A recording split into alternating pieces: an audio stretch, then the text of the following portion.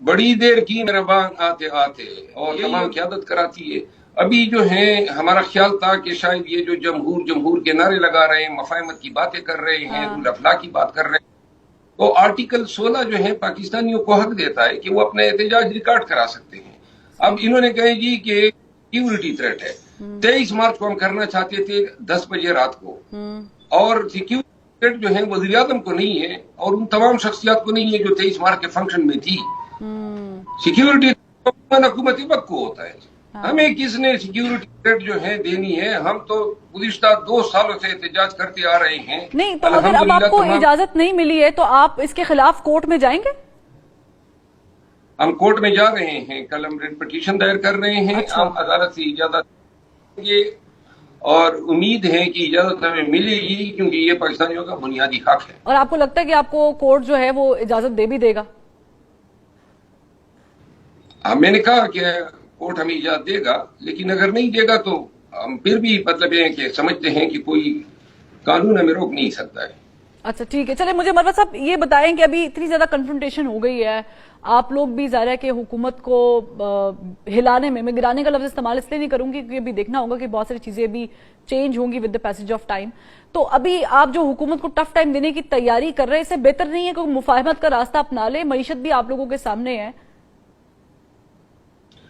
मुफाहमत का रास्ता जो है कोई ऐसी ये नहीं है कि नहीं हो सकती है। पाकिस्तान के बेहतर मुस्तकबिल और पाकिस्तान की सलामती की खातिर मौजूदा वक्त में मुफाहमत हो सकती है, बशर्ते कि मुफाहमत के टीओआर जो हैं वो डिसाइड हो जाएं।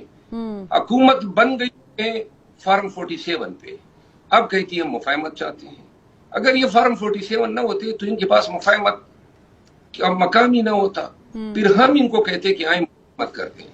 हुकूमत या इक़्तिदार करना, लोगों ने पाकिस्तान तहरीक इंसाफ को वोट दिया जो इन्होंने चीना है, तो लिहाजा अब वो इस चीज पे मुफाहमत करेंगे कि हम इनके इस कानून, इस इक़्तिदार को नहीं, लेकिन आपको बात तो ज़ाहिर किसी से करनी है। मेरे कल प्रोग्राम में बाय द वे मरवत साहब फिरदौस शमीम नकवी साहब थे, तो उन्होंने बड़ा दो टोक कहा। उन्होंने कहा कोई पीपल्स पार्टी के साथ बात नहीं करनी, कोई नून लीग के साथ नहीं बात करनी है तो हमने जो जेन्युइन स्टेक होल्डर है एस्टेब्लिशमेंट, उसके साथ बात करनी है। आप मुत्तफिक हैं?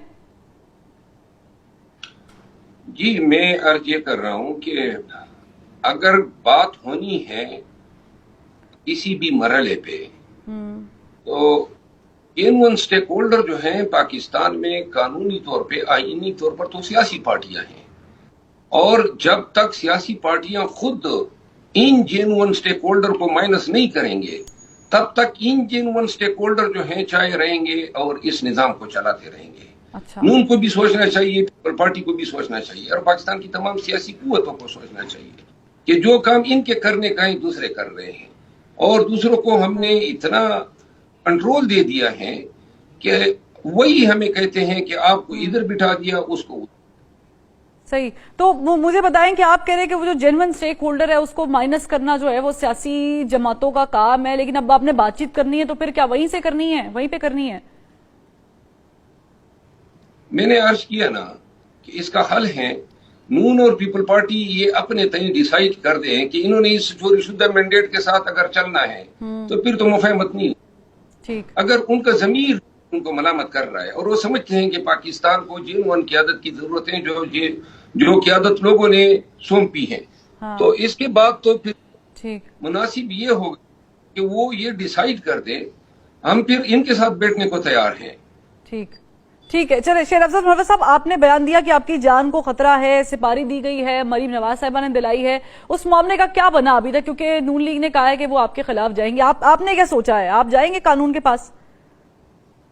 जी, मैंने तो दरखास्त दी इसकी तहकीकात के लिए। तहकीकात हो रही है, इसमें मैंने शवाहिद दिए और मैंने अपना बयान कलमबंद कराया।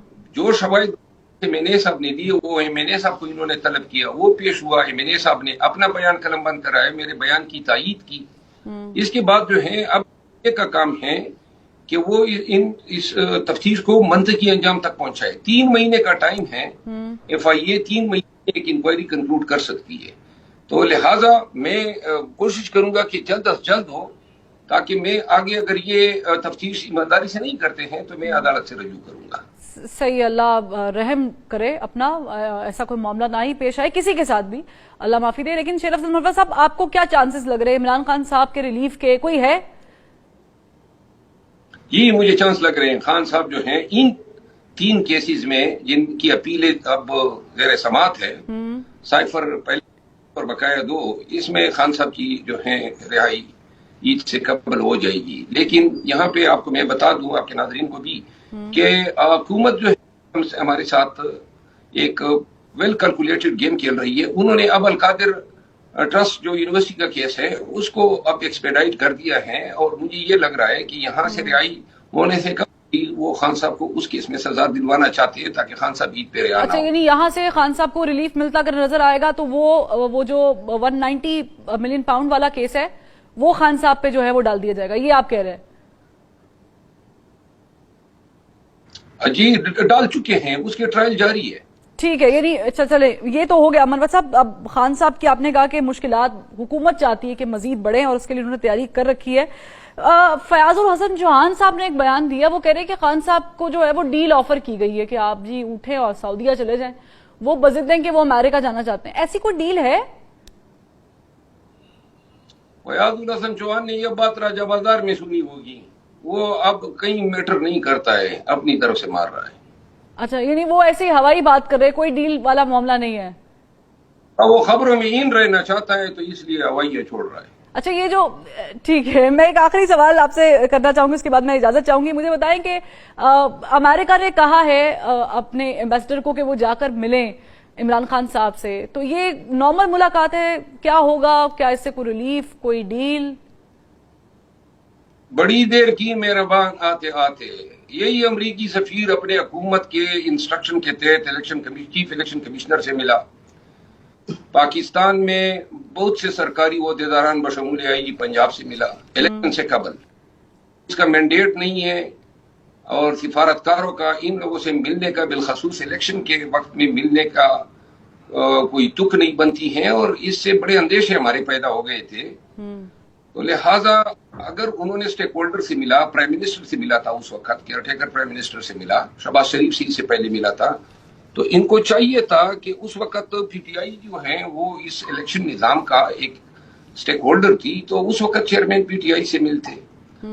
امریکی موجودہ حکومت اور پی ٹی آئی کے مابین بہت ساری ایشوز ہیں جن کا احاطہ کیا جانا ضروری ہے، اور میرا خیال ہے کہ سفیر کے حوالے سے جو ایڈوائس کانگریشنل کمیٹی میں دی گئی تھی وہ جو ہے ہونا چاہیے تھا. میرا خیال ہے کہ ضروری ہے. ٹھیک ہے، بہت شکریہ شیر افضل مروت صاحب، آپ نے وقت نکالا. ناظرین،